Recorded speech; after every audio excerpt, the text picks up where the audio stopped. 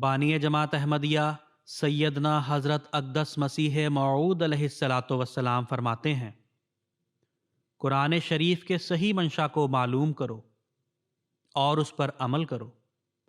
خدا تعالیٰ کے حضور اتنی ہی بات کافی نہیں ہو سکتی کہ زبان سے اقرار کر لیا اور عمل میں کوئی روشنی اور سرگرمی نہ پائی جاوے۔ یاد رکھو کہ وہ جماعت جو خدا تعالیٰ قائم کرنی چاہتا ہے وہ عمل کے بدون زندہ نہیں رہ سکتی۔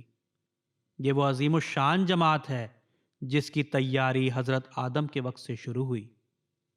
کوئی نبی دنیا میں نہیں آیا جس نے اس دعوت کی خبر نہ دی ہو۔ پس اس کی قدر کرو، اور اس کی قدر یہی ہے کہ اپنے عمل سے ثابت کر کے دکھاؤ کہ اہل حق کا گروہ تم ہی ہو۔